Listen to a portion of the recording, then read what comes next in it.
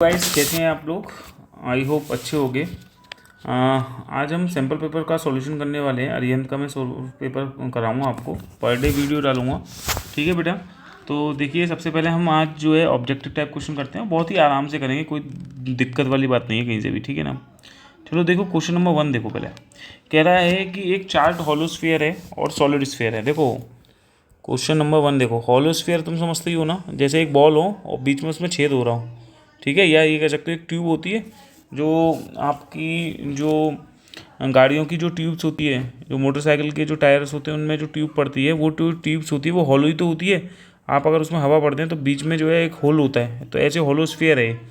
इसकी रेडियस जो है वो दे रखी है। जो रेडियस है दोनों की, होलोस्फीयर की और सॉलिड स्फीयर दोनों की, कैसी है? इक्वल है। तो देखो, ये होलोस्फीयर हो गया और ये सॉलिड स्फीयर हो गया। रेडियस दोनों की इक्वल है। और ये कह रहा है कि इसको चार्ज किया जाता है। देखो, जो चार्ज दोगे, क्योंकि ये भी मेटल का बना हुआ है। ये किसका मेटल का बना हुआ है भाई? ये बना हुआ है एल्युमिनियम का। ये किसका बना हुआ है? ये कॉपर का बना हुआ है। ध्यान रखना, दोनों ही हैं मेटल। और आपको पता भी होगा, मेटल के अंदर जो है, इनसाइड द मेटल क्या होता है? इलेक्ट्रिक फील्ड जीरो होता है। इनसाइड द मेटल क्या होता है? इलेक्ट्रिक फील्ड जीरो होता है। तो जो भी हम मेटल को चार्ज देंगे, वो चार्ज क्या होगा? ऑब्वियसली हमारा क्या होगा? अंदर इलेक्ट्रिक फील्ड जीरो होने की वजह से जो भी चार्ज होगा हमारा बाहर सरफेस पर रिसाइड कर जाएगा। क्या कर जाएगा? चार्ज रिसाइड कर जाएगा। इसे गॉस लॉ से भी प्रूफ किया था हमने। ठीक है, कि इलेक्ट्रिक फील्ड जो होता है इनसाइड द कंडक्टर जीरो होता है। ठीक है, याद रखना है आपको हमेशा, इनसाइड द इलेक्ट्रिक फील्ड क्या होता है? जीरो होता है। जो भी चार्ज होगा सरफेस पर रिसाइड कर जाएगा। तो जो चार्ज हम इसको देंगे, इस वाले होलोस्फीयर को देंगे, ठीक है, और इस सॉलिड स्फीयर को देंगे, इस सॉलिड स्फीयर को देंगे। ठीक है बेटा। तो दोनों ही केस में जो चार्ज होगा वो कहाँ आएगा? सरफेस पर रिसाइड कर जाएगा।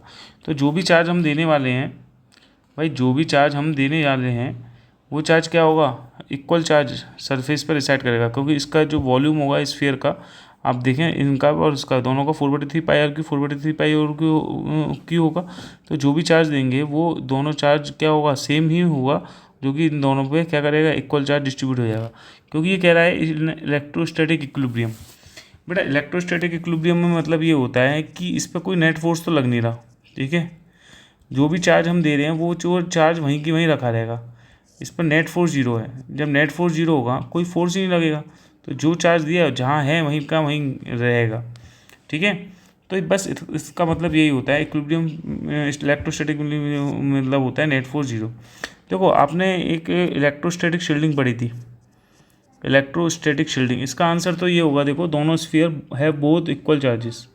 ठीक है, थोड़ा सा मैं और बता देता हूँ। इलेक्ट्रोस्टैटिक शील्डिंग पड़ी होगी, इलेक्ट्रोस्टैटिक शील्डिंग, जिसमें यही बताया गया था इलेक्ट्रोस्टैटिक शील्डिंग में कि एक ऐसा फिनोमेना होता है जिसमें हम क्या करते हैं, किसी पर्टिकुलर स्पेस को क्या करते हैं? प्रोटेक्ट करते हैं फ्रॉम एक्सटर्नल इलेक्ट्रिक फील्ड से। जैसे कि कोई अगर थंडर स्टॉर्म हो रहा है, तो वहाँ पर एक जगह मान लो पेड़ है और एक जगह आपकी कोई कार खड़ी हुई है, तो बंदे को कहाँ सेफ़ रहेगा जाना? पेड़ के नीचे जब बिजली चमक रही हो, या गाड़ी के अंदर आ जाना सेफ़ रहेगा?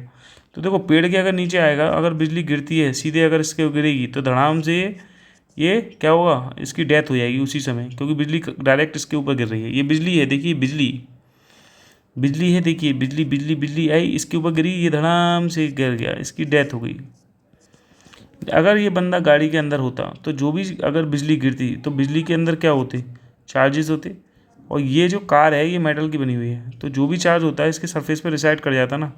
तो ये बंदा जो है इस बाहर के इलेक्ट्रिक फील्ड से इन्फ्लुएंस नहीं हो पाता। क्यों? क्योंकि ये बीच वाला जो है, ये सरफेस जो है मेटल का बना हुआ है। ये कार का ये वाला सरफेस ये मेटल का बना हुआ है।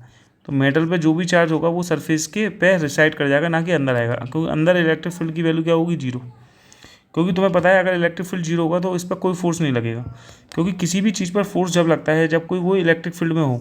जैसे मान लो कोई सोर्स चार्ज है +Q, इससे इलेक्ट्रिक फील्ड लाइन निकल रही है चारों तरफ, और इस इलेक्ट्रिक फील्ड में कोई अगर हमने टेस्ट चार्ज रख दिया तो इस पर फोर्स लगता है। तो फोर्स का फॉर्मूला क्या होता है? बोलो। इलेक्ट्रिक फोर्स का फॉर्मूला अगर आपने पढ़ा होगा, इलेक्ट्रिक फील्ड इक्वल टू होता है फोर्स जिस पर लग रहा है, इस पर फोर्स लग रहा है पर यूनिट टेस्ट चार्ज। ये तो फॉर्मूला पढ़ा है इलेक्ट्रिक फील्ड का, E=F/Q0। लेकिन ये जब लगता है जब इलेक्ट्रिक फील्ड में होता है। ठीक है, लेकिन ये बंदा अंदर इलेक्ट्रिक फील्ड जीरो है इनसाइड द मेटल, तो कोई भी फोर्स इस पर नहीं लगेगा, जिस पे फोर्स नहीं लगेगा तो ये प्रोटेक्ट रहेगा। सही है, तो इलेक्ट्रोस्टैटिक शील्डिंग में ये चीज़ पढ़ी थी। तो चलिए ये क्वेश्चन नंबर 1 हमारा हो चुका है। क्वेश्चन नंबर 2 की ओर बढ़ते हैं। बहुत अच्छे से मैंने आपको एक्सप्लेन करके उसे क्वेश्चन को बताया। क्वेश्चन नंबर 2 देखिए, ठीक है। क्वेश्चन नंबर 2 में कह रहा है एक कॉइल है जिसके पास एन टर्न से इंसुलेटेड कॉपर वायर है जिसका डायमीटर डी है, रजिस्टिविटी रो है, बाउंड ऑन ए सिलेंडर। देखो एक सिलेंडर है, ठीक है, जिसका डायमीटर है कैपिटल डी, सुनना, ठीक है, ये ऐसे है। अब तुमने क्या किया, इस सिलेंडर रॉड पर एक तार को लिया, एक तार लिया है कॉपर का, ये तार है कॉपर का, ये बेटा कॉपर का एक तार है, इसको लिया और इसको लेकर के इस पर चढ़ा दिया, इसको ऐसे बांध दिया, बाउंड कर दिया, और बाउंड करते करते इसके कितने टर्न्स हैं, इस बाउंड करके इसके एन टर्न्स हो गए। कितने हो गए इसके एन टर्न्स, ठीक है। किस पर बाउंड किया है, इस सिलेंडर पे बाउंड कर दिया है, बाउंड किया ना ऑन इस सिलेंडर पे, बाउंड किया ऑन इस सिलेंडर जिसका डायमीटर डी है। चलो बताओ, अगर एक टर्म इस पर बाउंड किया होगा, एक टर्न इस पर आएगा ऐसे बाउंड करके, तो इसका डायमीटर कितना है, डी है। तो ये इसकी लेंथ कितनी होगी इन टर्म्स ऑफ डायमीटर, ये बताओ। जब एक टर्न यहाँ से ऐसे बाउंड किया तो ये पूरी जो लंबाई है, ये पूरी जो लेंथ है एक टर्न लेने की, वो कितनी होगी, उसकी सरकमफ्रेंस के बराबर ही तो होगी। और सरकमफ्रेंस क्या होती है, 2πr। आर कितना है, कैपिटल आर, क्योंकि डायमीटर डी है, डी इक्वल टू कितना होगा, r upon d I equal to होगा 2r, डायमीटर होगा 2r, ठीक है। लेकिन मैं तो इसको चलो 2/r लिख देते हैं, और इसको यूँ नहीं लिख सकता है पाई इंटू डी, क्योंकि 2 इंटू आर को क्या लिख सकता हूँ मैं भाई, डी इक्वल टू 2r ही होता है ना, तो 2r को डी लिख सकता हूँ, तो लेंथ आ गई पाई डी।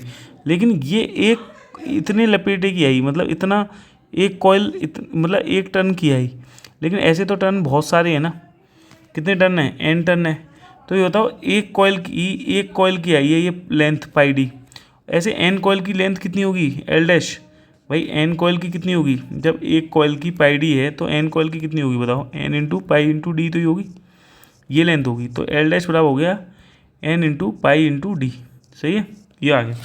और ये जो कॉपर वायर है इसका एरिया दे रखा है, देखो इसका डायमीटर दे रखा है स्मॉल डी।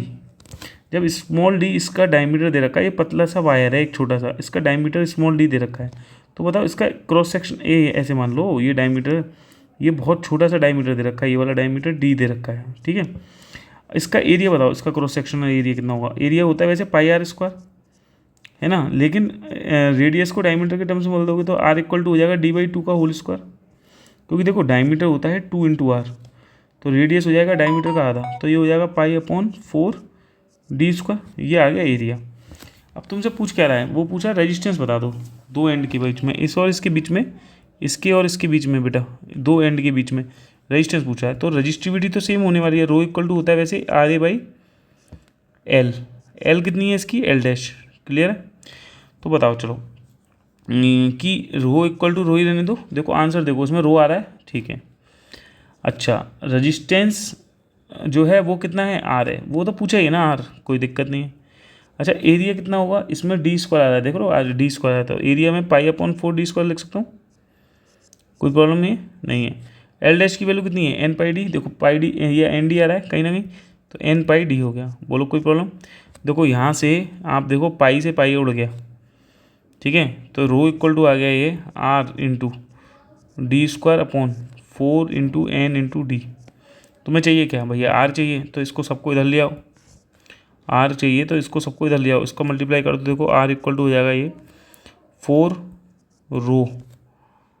रो एन डी अपॉन के डी स्क्वायर आ जाएगा, ठीक है।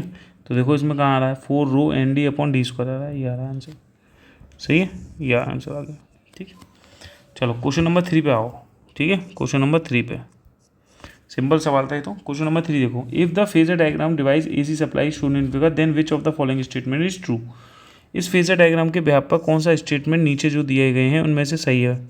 आप मुझे ये बताओ, पहली बात तो ये फेजर डायग्राम लग किसका रहा है, इसमें करंट आगे है पीछे है, कहोगे सर करंट आगे, कितना आगे भैया, आप कहोगे सर 90 डिग्री। कौन सी इक्वेशन ऐसी है जिसमें करंट 90 डिग्री आगे चलती है, बताओ। वो आपने पढ़ी है कैपेसिटर की, कैपेसिटर में क्या होता है, करंट की इक्वेशन थी I equal to I0 sin ω t plus π/2, तो करंट 90 डिग्री क्या होता है, आगे होता है। करंट 90 डिग्री आ गया है तो ये कैपेसिटर का केस है। तो कैपेसिटर के लिए कैपेसिटिव रिएक्टेंस जो होता है वो होता है 1/ωc। ठीक है, तो तुम्हें पता है कैपेसिटर के लिए फॉर एसी के लिए अगर आप देखो कि अगर मैं ओमेगा को बढ़ा दूंगा तो रेजिस्टेंस घट जाएगा, और अगर डीसी के लिए देखा जाए तो डीसी के लिए क्या होता है, ओमेगा की वैल्यू 0 होती है। क्यों? क्योंकि सिंस फ्रिक्वेंसी 0 होती है ना, तो क्योंकि ओमेगा होता है 2πf, तो यहाँ भी ओमेगा 0 हो गया। जब यहाँ 0 रख दोगे तो एक्सी की वैल्यू क्या हो जाएगी, 1/0 क्या होता है, इन्फिनिटी होता है ना, तो रेजिस्टेंस इन्फिनाइट हो जाएगा। ठीक है, तो ये जो होगा डीसी के लिए, ये कैपेसिटर एक बिहेव करेगा like an open circuit. Capacitor behave करेगा like an open circuit. Capacitor behave करेगा लाइक एन ओपन सर्किट। ये तो मैंने खाली आपको समझाया है। ठीक है, आंसर क्या है वो देख लेते हैं, कोई दिक्कत नहीं है। अब इसमें देखता हूँ किसकी फ्रिक्वेंसी, कह रहा है frequency of AC source is increase. अगर फ्रिक्वेंसी बढ़ाएंगे क्या इम्पीडेंस घटेगा? तो एक बताओ, फ्रिक्वेंसी बढ़ा रहे हैं, देख रहे हो, ओमेगा बढ़ा रहे हैं, ओमेगा क्या है, एंगुलर फ्रिक्वेंसी है ना। फ्रिक्वेंसी अगर बढ़ाएंगे तो एक्स ही घटेगा ना, ऑब्वियसली, यहाँ से पता भी चल रहा है। आप कहोगे सर फ्रिक्वेंसी को तो हम एफ से करेंगे, अरे यार ओमेगा की वैल्यू 2πf × c लिख दो। देखो ओमेगा जो होता है उसे कहते हैं एंगुलर फ्रिक्वेंसी, याद रखना। क्या कहते हैं इसे? Angular frequency. बेटा इसकी यूनिट क्या होती है? इसकी यूनिट याद रखना, रेडियन पर सेकंड होती है। एंगुलर डिस्प्लेसमेंट भी कहते हैं, सॉरी एंगुलर वेलोसिटी भी कहते हैं इसे। ठीक है, इसलिए ठीक है, रेडियन पर सेकंड। ठीक है, और ओमेगा वैसा फॉर्मूला होता है एंगुलर वेलोसिटी का, θ/t। एंगुलर वेलोसिटी वह होता है एंगुलर डिस्प्लेसमेंट अपॉन टाइम। लेकिन अगर आपको पता हो कि ओमेगा का फॉर्मूला 2πf भी आता है, क्यों आता है?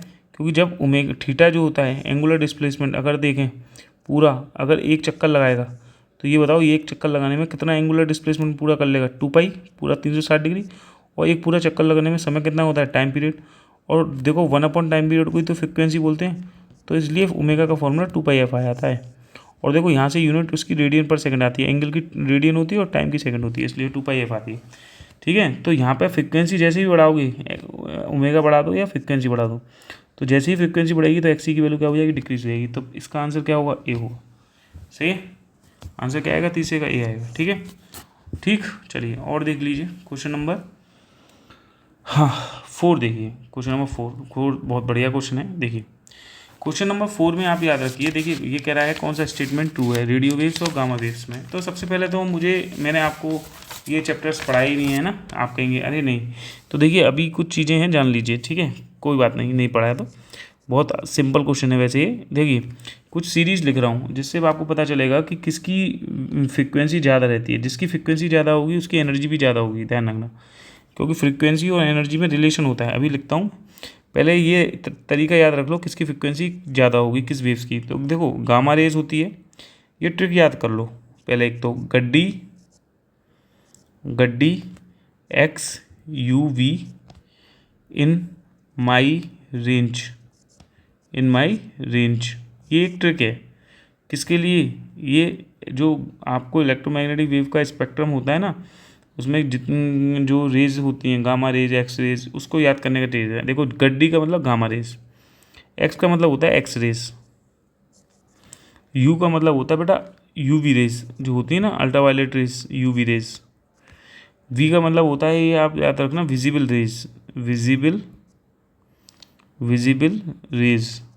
ठीक है, और इनका मतलब होता है बेटा इंफ्रारेड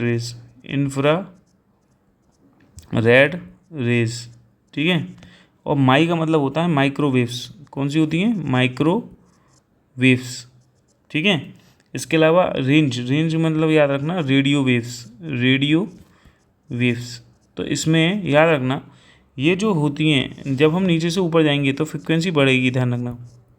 जब फ्रिक्वेंसी बढ़ेगी तो वेवलेंथ, ध्यान रखना, घटेगी। मतलब नीचे से ऊपर से अगर नीचे आए तो वेवलेंथ क्या होगी? बढ़ेगी। नीचे से ऊपर जा रहे हैं तो फ्रिक्वेंसी बढ़ रही है, जब ऊपर से नीचे आएंगे तो उल्टा याद रखना वेवलेंथ बढ़ेगी। सर क्यों बढ़ेगी? देखो स्पीड बराबर होता है डिस्टेंस अपॉन टाइम, डिस्टेंस होती है लैम्डा अपॉन टाइम होता है। 1 टाइम पीरियड क्या होता है? Frequency, lambda × F. अगर स्पीड सेम है तो लैम्डा इन्वर्सली प्रोपोर्शनल होता है फ्रिक्वेंसी के। अगर फ्रिक्वेंसी बढ़ेगी तो वहाँ वेवलेंथ घटेगी। तो अगर सबसे ज़्यादा फ्रिक्वेंसी गामा रेज की होती है, तो सबसे ज़्यादा गामा रेज की फ्रिक्वेंसी होती है, तो सबसे वेवलेंथ सबसे कम गामा रेज की होगी, ये ध्यान रखना। सबसे कम फ्रिक्वेंसी रेडियो वेव्स की होती है बेटा, सबसे कम जो फ्रिक्वेंसी होती है वो रेडियो वेव्स की होती है। इसीलिए कहते हैं कि इसकी सबसे ज़्यादा वेवलेंथ होती है रेडियो वेव्स की, ठीक है। और ये फॉर्मूला होता है एनर्जी का, याद रखना, एनर्जी इक्वल टू होता है एच न्यू, न्यू मतलब फ्रिक्वेंसी, न्यू मतलब फ्रिक्वेंसी। आप चाहो तो इसे एफ भी लिख सकते हो, फ्रिक्वेंसी को एफ से नोट कर देना, एच एफ से भी कर सकते हो, न्यू से भी कर सकते हो। तो यहाँ पर देखो जिसकी फ्रिक्वेंसी ज़्यादा होगी, जिसकी फ्रिक्वेंसी ज़्यादा होगी उसकी एनर्जी ज़्यादा होगी। अब मुझे बताओ इसमें गामा रेज और रेडियो वेव्स में किसकी फ्रिक्वेंसी ज़्यादा है? जिसकी फ्रिक्वेंसी ज़्यादा उसकी एनर्जी भी ज़्यादा। तो एनर्जी जो होगी वो किसकी ज़्यादा होगी? जिसकी फ्रिक्वेंसी ज़्यादा होगी। तो अब मुझे बताओगे फ्रिक्वेंसी किसकी ज़्यादा है? फ्रिक्वेंसी जो है वो है गामा रेज की ज़्यादा, गामा रेज की फ्रिक्वेंसी ज़्यादा है। तो बताओ फ्रिक्वेंसी जब गामा रेज की ज़्यादा है तो जाहिर सी बात है रेडियो वेव्स की फ्रिक्वेंसी सबसे कम होगी, और रेडियो वेव की फ्रिक्वेंसी सबसे कम होगी तो एनर्जी भी सबसे ज़्यादा किसकी होने वाली है भाई? एनर्जी गामा रेज की सबसे ज़्यादा होगी, ठीक है।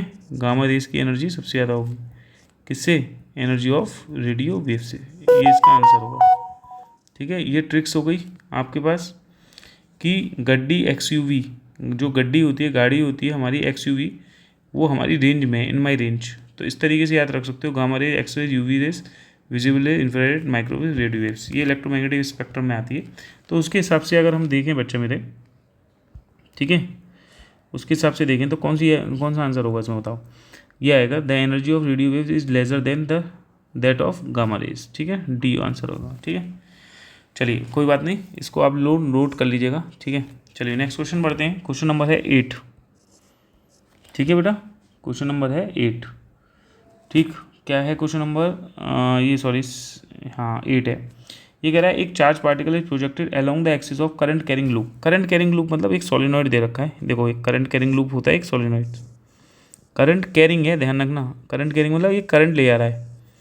तो आप मुझे बताओ जब इसके अंदर से करंट जाएगी बच्चा मेरे, ऐसे करंट जा रही है, करंट जा रही है, तो सोलिनॉइड में ये वाला जो है करंट ऐसे जाएगी। जब कोई बंदा यहाँ से देखेगा इस कॉइल को ऐसे देखेगा तो करंट इसमें से ऐसे जा रही होगी, ऐसे। जब ऐसे जाएगी करंट क्लॉकवाइज घूमेगी, तो मैंने आपको बताया था ये कौन सा पोल लाई करेगा? South pole. आप कहोगे सर क्यों? क्योंकि देखो मैग्नेटिक फील्ड लाइन जो होती हैं, ये अगर साउथ पोल है, ये नॉर्थ पोल है, तो मैग्नेटिक फील्ड लाइन साउथ में एंटर करती हैं और नॉर्थ से मैग्नेटिक फील्ड लाइन बाहर निकलती हैं।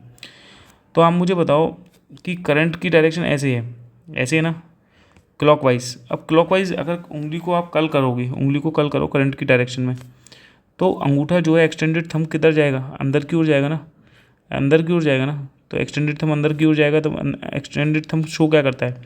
मैग्नेटिक फील्ड लाइन, तो वो साउथ पोल की ओर जाएंगी। अरे समझ में आया नहीं आया? ठीक है।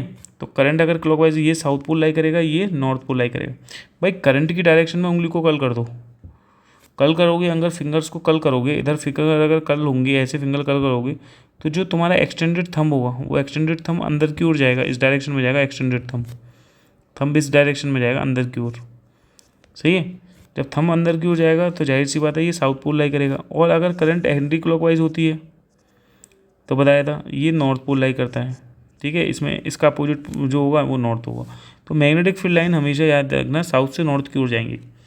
उसी डायरेक्शन में कह रहा है एक चार्ज पार्टिकल को भी प्रोजेक्ट कर दिया गया। अब मतलब बताओ इसी डायरेक्शन में बेटा एक चार्ज पार्टिकल है तुम्हारा क्यू चार्ज पार्टिकल, उसको भी इसी डायरेक्शन में प्रोजेक्ट कर दिया गया। यहाँ पर भी मैग्नेटिक फील्ड इधर डायरेक्शन में था ही, प्लस वी भी इधर डायरेक्शन में हो गया। तो आप मुझे बताओ कि उसका एक्सेलरेशन क्या होगा? क्या चार्ज पार्टिकल कांस्टेंट वेलोसिटी से मूव करेगा? क्या acceleration of charge particle depend करेगा क्या? तो देखो आपको पता है फोर्स बराबर फॉर्मूला होता है q into vector v cross vector b, पता ही होगा भाई। एफ बराबर होता है q v b sine theta, ये पढ़ा है, एफ बराबर q v b sine theta पढ़ा होगा, ठीक है। ये जो है थीटा वी और बी के बीच का एंगल होता है। अब मुझे बताओ वी और बी के बीच का एंगल जो है, यहाँ पर वी भी उसी डायरेक्शन में प्रोजेक्ट किया गया है और बी तो अंदर इनसाइड मैग्नेटिक फील्ड की डायरेक्शन इधर है ही है, तो दोनों की डायरेक्शन सेम है। तो थीटा क्या हो गया? जीरो। जब बच्चा थीटा जीरो हो गया तो ए बराबर होता है q v b sine theta. अब थीटा यहाँ पे जीरो है तो साइन जीरो की वैल्यू कितनी होगी? जीरो। तो फोर्स क्या लगेगा? मैग्नेटिक फोर्स इस पर लगेगा ही नहीं, कितना होगा? जीरो हो जाएगा। जब फोर्स जीरो हो जाएगा तो फोर्स बराबर होता है मास इंटू एक्सेलरेशन, तो यहाँ पर एक्सेलरेशन भी जीरो हो जाएगा बेटा। अच्छा एक्सेलरेशन क्या होता है? एक्सेलरेशन होता है change in velocity upon time, change in velocity upon time, ठीक है, इक्वल टू जीरो। तो डी वी इक्वल टू क्या हो जाएगा? चेंज इन वेलोसिटी जीरो हो जाएगी। चेंज इन वेलोसिटी क्या होती है? Final minus initial velocity equal to zero, अच्छा, फाइनल माइनस इनिशियल मतलब इनिशियल वेलोसिटी इधर चली जाएगी तो इनिशियल वेलोसिटी बराबर फाइनल वेलोसिटी आएगी, मतलब वेलोसिटी क्या हो जाएगी, कांस्टेंट हो जाएगी। मतलब ये चार्ज पार्टिकल जो कांस्टेंट वेलोसिटी से मूव करेगा, क्यों करेगा कांस्टेंट वेलोसिटी, उसकी वेलोसिटी चेंज क्यों नहीं होगी, क्योंकि यहाँ पर कोई फोर्स ही नहीं लगेगा। भाई फोर्स लगेगा तभी तो वेलोसिटी चेंज होगी, वेलोसिटी चेंज होगी तो एक्सेलरेशन बनेगा। यहाँ फोर्स ही जीरो है, फोर्स जीरो है तो एक्सेलरेशन जीरो है, एक्सेलरेशन जीरो है तो वेलोसिटी कांस्टेंट है। तो इसलिए इसका आंसर जो होगा वो ये होगा, charge particle will move with constant velocity. ठीक है, ये याद रखना है आपको, इस तरीके से आपको क्वेश्चंस याद रखने हैं। ठीक है, चलिए नेक्स्ट क्वेश्चन नंबर 8 हो गया, इसका आंसर है डी। ठीक है, क्वेश्चन नंबर 9 देख लीजिए, क्वेश्चन नंबर 9 देख लीजिए। ठीक, क्वेश्चन नंबर 9 में कह रहा है 2 स्मॉल आइडेंटिकल मैग्नेट्स हैं allowed to fall freely, fall होती है freely through the one through a vertical solenoid 20 metre made up of copper another in air. कह रहा है कि 2 बॉल हैं, 2 स्मॉल आइडेंटिकल मैग्नेट्स हैं। अच्छा, इस आइडेंटिकल मैग्नेट्स हैं, मैग्नेट हैं बेटा। ठीक है, मैग्नेट है, फ्रीली फॉल हुई है। देखो एक मैग्नेट है ये ऐसे, ये साउथ पोल है, ये नॉर्थ पोल है। एक मैग्नेट ये है जिसका ये साउथ पोल है, ये नॉर्थ पोल है, दोनों आइडेंटिकल मैग्नेट है। ये फॉल होती है फ्रीली, फॉल होती हैं फ्रीली। ये फ्रीली फॉल हो रही है under the effect of gravity, under the effect of gravity, under the effect of gravity. ठीक है, तो ये तो फॉल होती है सिंपली एयर में, इसको हम फॉल करते हैं। कह रहा है ना क्वेश्चन जो है ये एयर में फॉल कर रहे हैं, एयर में फॉल कर रहे हैं, ये एयर में फॉल हो रही है, नीचे आ रही है कितनी हाइट से, 20 मीटर की हाइट से। तो ये बताओ यहाँ पर इस मैग्नेट पर सिंपली नीचे एयर की प्रेजेंस में फॉल हो रही है। दूसरा कह रहा है कि फॉल करेंगे freely one through a vertical solenoid of 20 metre made up of copper. तो देखो एक सोलिनॉइड होगा, क्या होगा हमारे पास, एक सोलिनॉइड होगा। सोलिनॉइड जो है आप लोग इस तरीके से बना सकते हो कि इस तरीके से 20 मीटर की हाइट से है ना, ये सोलिनॉइड है इस तरीके से। तो ये जो है इस तरीके की बना सकते हो। ठीक है, ये सोलिनॉइड में फॉल कर रहे हैं। तो ये कह रहा है कि किस में टाइम ज़्यादा लगेगा दोनों मैग्नेट को फॉल होने में, by 2 magnet to fall will be. तो मुझे बताओ, देखो ध्यान से सुनो, ये वाला क्या सिचुएशन है, ये एक सोलिनॉइड है, क्या है, एक सोलिनॉइड। ठीक है, आप मुझे बताओ, ये तो डायरेक्टली ये जाएगी under the effect of gravity जाएगी, सिंपली ये 20 मीटर से यहाँ पे पहुँचेगी। ठीक है, इसे इतना समय नहीं लगेगा, तुम्हें भी दिख रहा है बीच में क्या है, एयर है। ठीक है, एयर का रेजिस्टेंस बहुत कम होगा, इसे रोकना भी चाहेगा तो नहीं रोक पाएगा। रोकने के लिए क्या होगा भाई, एयर भी तो अपना फोर्स लगाएगी कहीं ना कहीं, लेकिन एयर का जो रजिस्टिव फोर्स होगा वो इसके सेल्फ वेट से भी और under the effect of gravity गिर रही है, क्योंकि एक्सलेशन ड्यू टू ग्रेविटी नीचे ले लेगा। तो under the effect of gravity नीचे कर रही है, जी नीचे है, इसका मतलब नेट फोर्स जीरो है, नेट फोर्स सॉरी नीचे की डायरेक्शन में लग रहा है। ठीक है, एफ, तो जाहिर सी बात है ये इजीली नीचे गिर जाएगी, इस पर इतना ज़्यादा पोजीशन नहीं लगेगा। लेकिन इस केस में क्या होगा, इस केस में ये होगा कि जब ये नीचे गिरती है तो ये जो सोलिनॉइड है, देखो ये होगा जैसे ये साउथ पोल और ये नॉर्थ पोल है, समझना। ठीक है, अब जैसे ही वो इसमें नीचे गिरेगी, इसमें ये ऐसे गिरेगी, देखो ये ऐसे गिरेगी, ऐसे गिरती जाएगी, ऐसे ऐसे इसमें जाएगी, इनमें जाएगी, इनमें एंटर करेगी। बात समझो, इसमें एंटर करेगी। जब इसमें एंटर करेगी तो एक बार बताओ, ये साउथ पोल नॉर्थ पोल है और एक कॉइल है, मान लो एक कॉइल। जैसे ये इसमें एंटर करेगी तो ये जो कॉइल है ये क्या करेगी, यहाँ पे EMI इंड्यूस होगा, क्योंकि यहाँ से जो निकलने वाली मैग्नेटिक फील्ड लाइंस होंगी वो इससे जुड़ेंगी।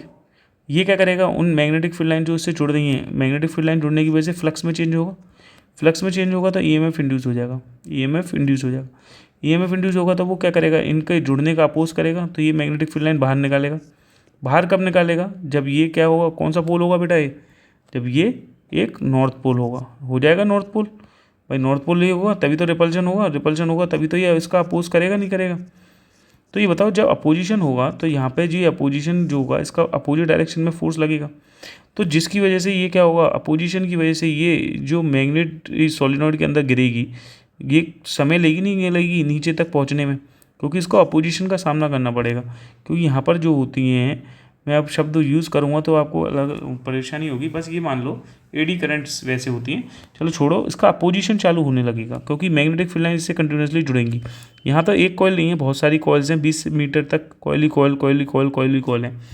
तो हर एक कॉइल क्या करेगी, अपना पोजीशन क्रिएट करेगी, जिस वजह से ये मैग्नेट को नीचे तक पहुंचने में 20 मीटर नीचे तक पहुंचने में क्या लगेगा, ज़्यादा समय लगेगा।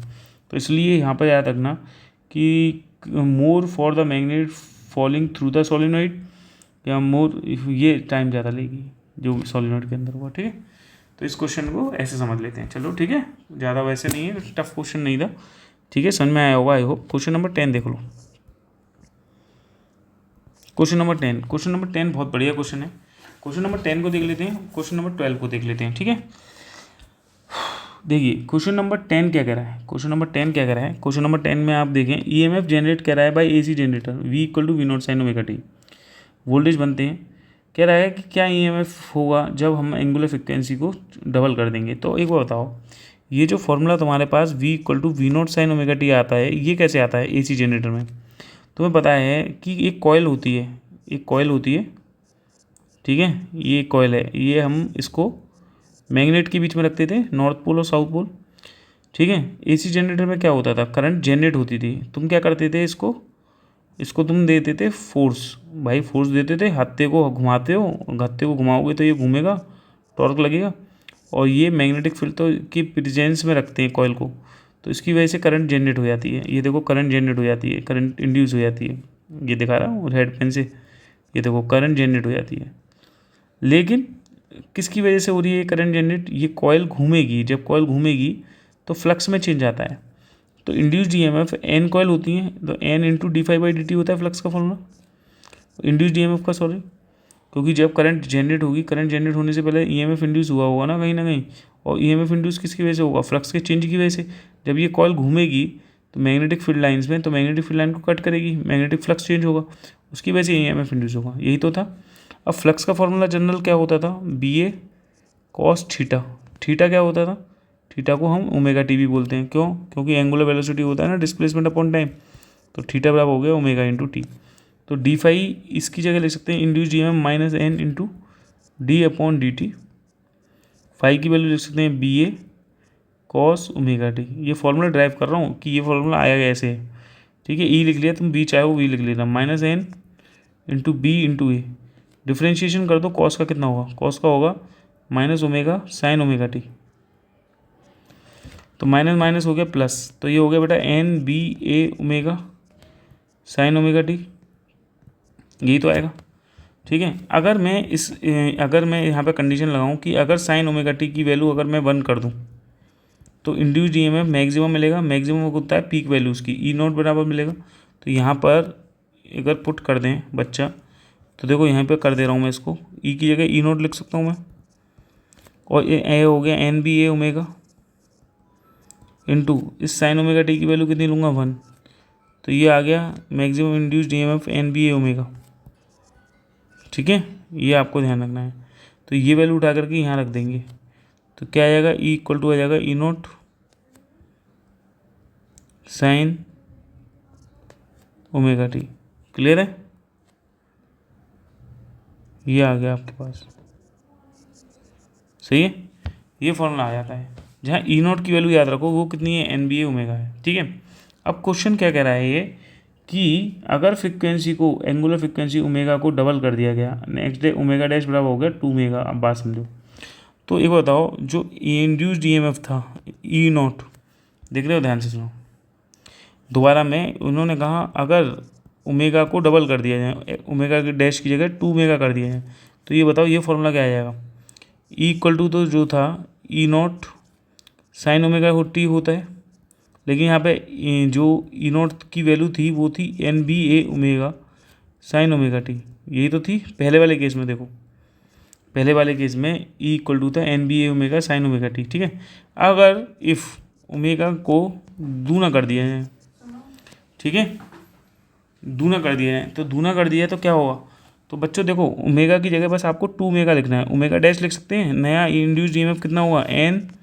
B A omega dash sine omega की जगह ओमेगा डैश इंटू टी लिख देंगे, नया ओमेगा है कितना 2 मेगा, तो यहाँ से लिख सकते हैं N B A into 2 omega into sine omega dash की जगह क्या लिख सकते हैं 2 मेगा इंटू टी। बस अब आप मुझे बताओ, ये हो गया देखो एन बी ए ओमेगा, यहाँ आंसर देखो 2v0 में आ रहा है, तो कहीं ना कहीं एन बी ए, तो ओमेगा को एक जगह लिख लो, इंटू 2 लिख दो, इंटू साइन 2 ओमेगा टी हो गया।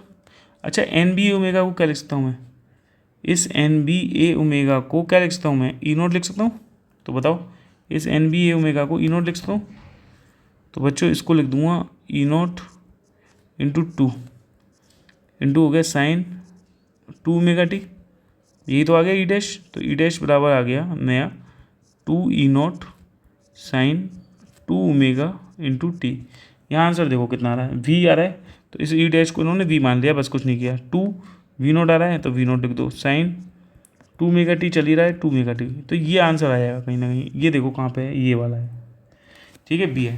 तो इस तरीके से क्वेश्चंस को आपको करना है, बहुत ही आसान तरीके से आप लोगों को बताया है बेटा, इसमें कहीं कोई प्रॉब्लम नहीं है, ठीक है। ठीक है, पॉज करके आप इस चीज़ को देख लेना।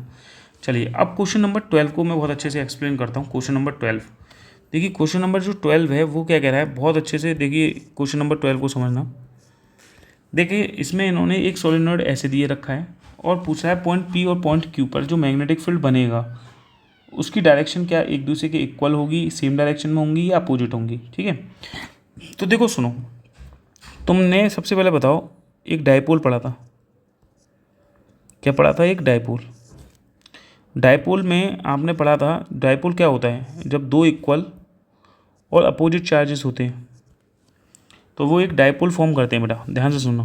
तो डायपोल मोमेंट क्या होता था, डायपोल मोमेंट होता था, कहते थे आप either charge into distance between them, distance between the two charges पढ़ते थे, तो पी बराबर कहते थे क्यू इंटू 2L हो गया। सर क्या हो गया होता है, पी बराबर क्यू इंटू 2L हो गया, क्लियर है, ये डायपोल मोमेंट बोलता था। अब हम इस इलेक्ट्रिक फील्ड की इंटेंसिटी भी निकालते थे इस डायपोल की वजह से, आप मुझे बताओ बनाते थे। तो ध्यान रखना, मैं ज़्यादा डेरिवेशन तो नहीं कर रहा लेकिन समझा रहा हूँ, ध्यान से सुनना, चीज़ों को सब समझाऊंगा, बहुत प्यार से समझाऊंगा, ठीक है। तो जब हम डेरिवेशन करते थे कि बोलते थे इलेक्ट्रिक फील्ड की इंटेंसिटी निकालनी है ड्यू टू डायपोल की वजह से eight axial point, eight axial point, ध्यान रखना। तो ये 2L होता था, उसका डेरिवेशन जब करते थे एक्सियल पॉइंट क्या होता था, डायपोल की एक्सिस पे ही तो पॉइंट लेते थे पी, यही तो पढ़ते थे। तो ये बताओ इसका मिड पॉइंट ये होता था, वो ये एल होगी तो ये भी तो एल होगी, ठीक है। और जो मिड पॉइंट से ये जो पॉइंट पी लिया जाता था, ये यहाँ से आपको पता है आर दूरी पर लिया जाता था जब डेरिवेशन सर करते थे, मिड पॉइंट से आर दूरी पर एक पॉइंट लिया जाता था। अब आप मुझे बताओ इस पॉइंट प्लस क्यू की वजह से इलेक्ट्रिक फील्ड किधर होगा, बाहर की ओर E1, और इस नेगेटिव चार्ज की वजह से इलेक्ट्रिक फील्ड किधर होगा, E2, इधर होगा। अरे होगा ना, यही तो कर देते, यही कर देते। और तुम्हें पता है किसी पॉइंट चार्ज की वजह से आर दूरी पर अगर कोई पॉइंट पी होता था तो इस पॉइंट पर इलेक्ट्रिक फील्ड प्लस क्यू की वजह से बाहर की ओर होता था, और अगर कोई चार्ज नेगेटिव होता था तो उसकी वजह से इलेक्ट्रिक फील्ड इसकी ओर होता था। इसका जो मैग्नीट्यूड होता था वो तो तुम्हें पता ही है 1/4πε0 इंटू Q/r² होता था। ये सब क्यों समझा रहा हूँ अभी आपको मतलब समझ में आएगा, क्योंकि मैं कोई भी चीज़ रटाना नहीं चाहता भाई, देख समझ है ना। तो ईमानदारी से दिल से मैं किसी चीज़ को समझाने से पहले सारी चीज़ें समझाता हूँ, तभी मैं करता हूँ, ये मेरी खासियत है, ठीक है। तो देख बेटा यहाँ पर जो इलेक्ट्रिक फील्ड की वैल्यू होगी यहाँ से यहाँ तक की जो दूरी लेगी, क्योंकि तुझे पता होना चाहिए यहाँ पर दो चार्जेस हैं और हर एक की वजह से एक पॉइंट पी पर इलेक्ट्रिक फील्ड निकाला इंडिविजुअली, प्लस क्यू चार्ज की वजह से इलेक्ट्रिक फील्ड निकालेंगे E1, और इस नेगेटिव चार्ज की वजह से इलेक्ट्रिक फील्ड E2 निकालेंगे यहाँ पर। लेकिन तुझे इसकी दूरी पता होनी चाहिए, अगर प्लस क्यू से पॉइंट पी पर इलेक्ट्रिक फील्ड निकालनी है तो यहाँ से यहाँ तक की दूरी पता होनी चाहिए, वो कितनी होगी, आर में से एल जाएगा तो कितना बचेगा, ये R-L बचेगा। और ये वाली दूरी भी पता होनी चाहिए, ये दूरी कितनी है, R+L है ये, ठीक है ना, ये R+L है। तो बताओ नेट इलेक्ट्रिक फील्ड कितना आएगा पी पर, ये आएगा E1 - E2। आप कहोगे सर E1 में से E2 ही क्यों घटाया, E2 में से E1 क्यों नहीं घटाया। तो देख बेटा प्लस क्यू से यहाँ तक की जो दूरी है, वो जो दूरी है प्लस क्यू से पी तक की, वो R-L कम है, और माइनस क्यू से प्लस पी की दूरी ज़्यादा है। तो इलेक्ट्रिक फील्ड जो होता है वो इन्वर्सली प्रोपोर्शनल होता है R² के, जितनी दूरी ज़्यादा होगी उतनी इलेक्ट्रिक फील्ड घटेगा ना। तो यहाँ की दूरी R-L कम है तो इलेक्ट्रिक फील्ड E1 ज़्यादा होगा E2 से, इसलिए E1 में से E2 घटाते हैं। तो जब हम इस डेरिवेशन को सॉल्व करते हैं ना मेरे भाई, 1/4πε0 लगा देते हैं इंटू Q/R-L का होल स्क्वायर लिखते हैं यहाँ पे, ये तो पता ही होगा तुम्हें माइनस के, फिर भी लिखते हैं 1/4πε0 इंटू Q/-Q है तो इसका मैग्नीट्यूड Q लेंगे, Q से P तक की दूरी कितनी है R+L, तो यहाँ से R+L का होल स्क्वायर लेंगे, सही है बेटा, आर प्लस एल का होल स्क्वायर ले लेंगे, कोई दिक्कत। तो ये डेरिवेशन सॉल्व करके जो आता है आपको पता होगा कि ये आता है 2 k p upon R Q. के क्या है, के की वैल्यू होती है 1/4 पाई एप्सिलॉन नॉट, ये आता था। मैं ये बताना चाहता हूँ इस पर केवल और केवल कि यहाँ पर मैं न्यूमेरिकल डेरिवेशन नहीं करा रहा, मैं ये बताना चाहता हूँ कि इस डायपोल की वजह से minus Q plus Q charge की वजह से इस एक्सियल पॉइंट में नेट इलेक्ट्रिक फील्ड की डायरेक्शन उधर ही होगी जिधर ईवन की डायरेक्शन है, क्योंकि ईवन ज़्यादा है। तो net electric field electric axial point की वजह से किधर आएगा, इधर आएगा पॉइंट पी पर। ये बताना चाह रहा था केवल, ये समझ लिया, ये समझ लिया। इसका सॉल्यूशन मैं अभी बताने वाला हूँ, पहले तो मैं थोड़ा सा समझा रहा हूँ यार कि माइनस क्यू और प्लस क्यू चार्ज की वजह से जो नेट इलेक्ट्रिक फील्ड आता है इस पॉइंट पी पर डायपोल की वजह से एक्सियल पॉइंट पर इलेक्ट्रिक फील्ड की डायरेक्शन इधर होती है, समझ में आया। और इक्वेटोरियल पॉइंट पर आपको पता होगा, इक्वेटोरियल पॉइंट ये होता है, देखो ये माइनस क्यू चार्ज होता है, ये प्लस क्यू चार्ज होता है, और ये लेंथ कितनी होती है उसकी 2l, ये इसका मिड पॉइंट होता है, ये लेंथ l है, ये लेंथ l है, और इससे r दूरी पर कोई लेते थे एक पॉइंट p, सही है। तो अब आपको ये पता होगा कि वही चीज़ कि नेगेटिव चार्ज की वजह से पॉइंट पी पर इलेक्ट्रिक फील्ड इधर होगा, बताओ E2 मानते थे, और इस पॉजिटिव चार्ज की वजह से इलेक्ट्रिक फील्ड किधर होता था, बाहर की ओर होता था सर, E1 होता था। ये एंगल थीटा लेते थे, ये एंगल थीटा लेते थे, सही है। तो अभी आप देख रहे हैं कि जो है यहाँ पर, हेलो पास भैया घर पे, मैं नीचे भाभी के पास बैठी थी, मेहंदी लगवा रही है। ठीक है, देखिए इधर सुनिए, यहाँ पर जो इलेक्ट्रिक फील्ड है ये थीटा है, ये भी थीटा है। तो ये हमारे पास ये थीटा है तो देखो ये भी थीटा होगा, और ये थीटा है तो देखो ये भी थीटा होगा, ये थीटा है तो देखो ये भी थीटा होगा। जिस वजह से देखो E1 और E2 जो इलेक्ट्रिक फील्ड होता है नेगेटिव चार्ज से पॉइंट पी तक की जो दूरी लेते हैं वो दूरी कितनी होगी, ये L है ये R है, तो ये दूरी कितनी होगी बेटा, ये वाली दूरी अंडर के R² प्लस IL स्क्वायर हो जाएगी, यही तो होगी। आप कहोगे सर इतना लेंथी बता रहे हो आप, अरे मैं तो यार प्रॉब्लम सॉल्व कर रहा हूँ तुम्हारी भाई, छोटी छोटी चीज़ें बता रहा हूँ, अभी तुम्हें खुद पता चल जाएगा। E1 और E2 की वैल्यू, ठीक है, यहाँ से यहाँ तक की जो दूरी है ये भी दूरी सेम है, वो भी कितनी है अंडर के R² प्लस L स्क्वायर। तो इसके मतलब ये है कि इसका जो मैग्नीट्यूड होगा E1 और E2 का दोनों का बराबर होगा, क्योंकि इसकी जो दूरी है और चार्ज है दोनों का सेम है, यहाँ से यहाँ तक की दूरी, यहाँ से यहाँ तक की दूरी सेम है। तो 1/4 इंटू क्यू अपॉन यहाँ से यहाँ तक की दूरी का स्क्वायर करोगे स्क्वायर रूट का, तो स्क्वायर रूट हट जाएगा ना, R² प्लस L स्क्वायर हो जाएगा, सही है। ये बताओ, तो अब मुझे ये बताओ इस पर जो इलेक्ट्रिक फील्ड होगा इस थीटा की वजह से, तो ये बताओ इसकी डायरेक्शन किधर होगी। इस E1 के दो कंपोनेंट हो जाएंगे, एक हो जाएगा E1 कॉस थीटा और एक कंपोनेंट हो जाएगा E1 साइन थीटा। ध्यान से समझना जो मैं बताना चाह रहा हूँ, क्या बताना चाह रहा हूँ अभी मालूम पड़ जाएगी, मैं डेरिवेशन नहीं कराना चाह रहा, लेकिन समझो इस E2 के दो कंपोनेंट हो जाएंगे, इस डायरेक्शन में हो जाएगा, वो हो जाएगा E2 कॉस थीटा और एक कंपोनेंट हो जाएगा E2 साइन थीटा, ठीक है। ये बताओ ये वाला कंपोनेंट जो है, ये वाला कंपोनेंट इस कंपोनेंट को कैंसिल आउट कर देगा, बताओ कर देगा या नहीं कर देगा, कर देगा ना बेटा।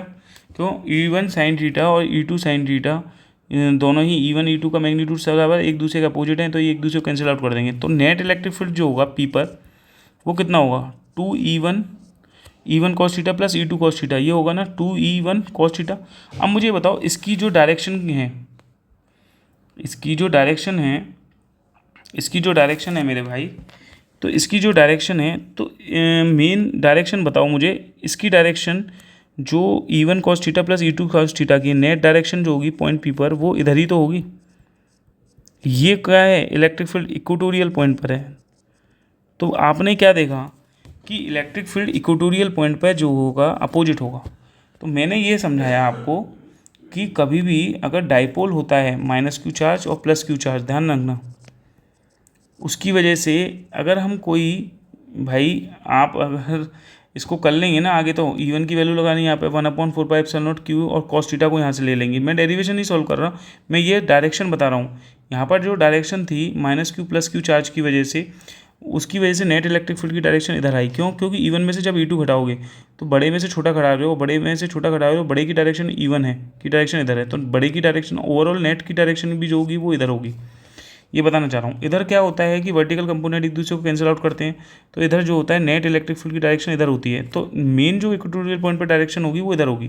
तो ये बताना चाह रहा था, अगर मान लो यहाँ से r दूरी पर, जैसे यहाँ से मिड पॉइंट से r दूरी पर एक पॉइंट लिया था, इधर p, इधर p, ठीक है। ये कौन सा पॉइंट है? Axial point. इस पॉइंट पर इलेक्ट्रिक फील्ड किधर था? एक्सियल पॉइंट पर डायरेक्शन इधर थी। और बेटा इक्वेटोरियल पॉइंट पर इलेक्ट्रिक फील्ड की डायरेक्शन किधर थी? इसके अपोजिट थी।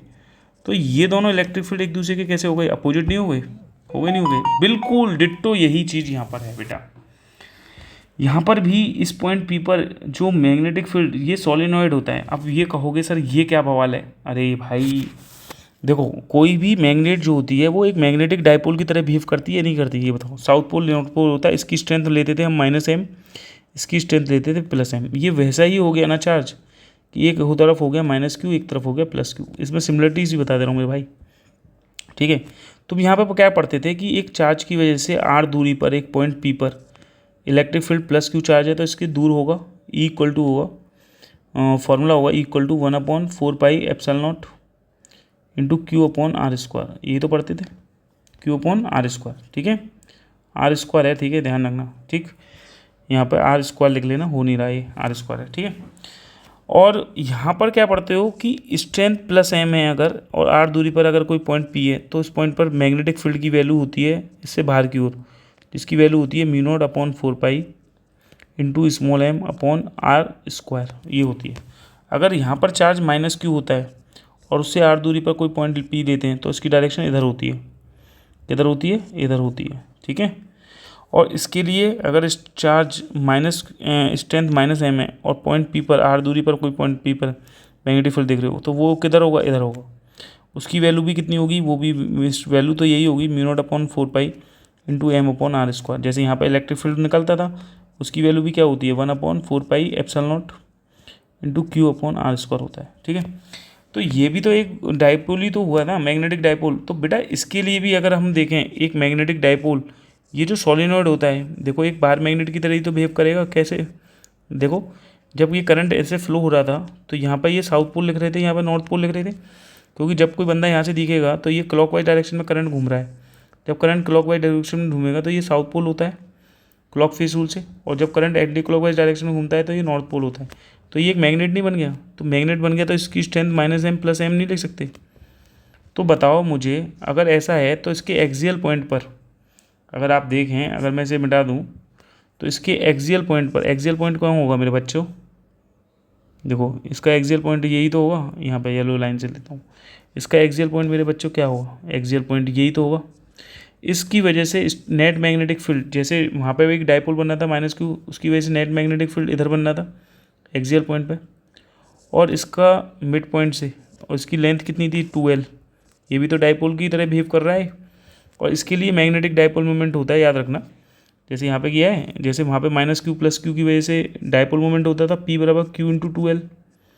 यहाँ पर होता है मैग्नेटिक मोमेंट m बराबर होता है m × 2l। ये मैग्नेटिक पोल स्ट्रेंथ होती है, ये चार्ज स्ट्रेंथ होती है। ये 2l है डिस्टेंस बिटवीन देम, और ये m क्या है? मैग्नेटिक मोमेंट, ठीक है। मैग्नेटिक डायपोल मोमेंट कहते हैं इसे इलेक्ट्रिक डायपोल मोमेंट कहते हैं। ध्यान रखना, m क्या है? मैग्नेटिक डायपोल मोमेंट है। और अच्छे से समझा दूंगा, इसे ध्यान से समझते जाओ, जहाँ जहाँ जो जो चीज़ समझ में आ रही है।